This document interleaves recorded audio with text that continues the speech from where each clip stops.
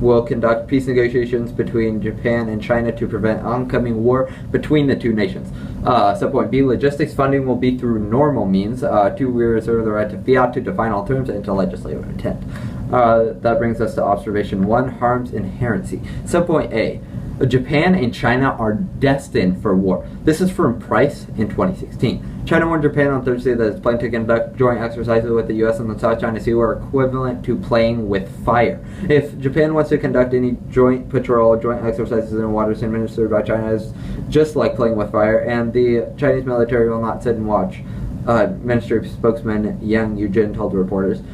Observation 2, solvency. Subpoint A, only solution is for the U.S. needs to lead peace negotiations in Southeast Asia. This is from Go in 2016.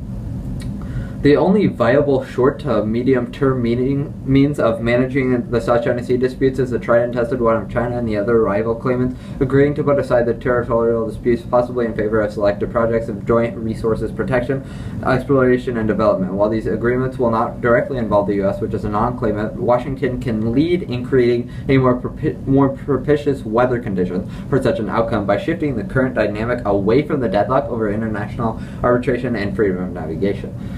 Alright, net benefit 1, peace saves lives. This is from, subpoint A, harms. War kills millions. This is from Hedges in 2003. At least 108 million people were killed in wars in the 20th century. Estimates for the total number killed in wars throughout all of human history range from 150 million to 1 billion.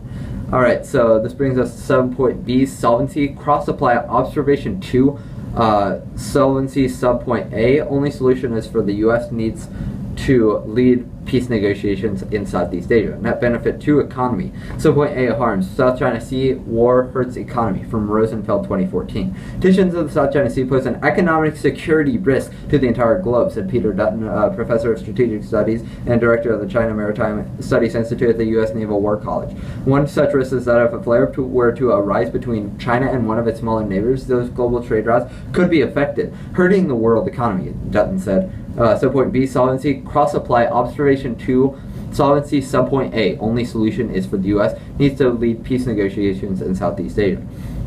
So basically, Judge, what that whole counterplan is saying is that right now Japan and China are already destined for war, and our only solution right now is that the U.S. needs to lead peace negotiations in Southeast Asia.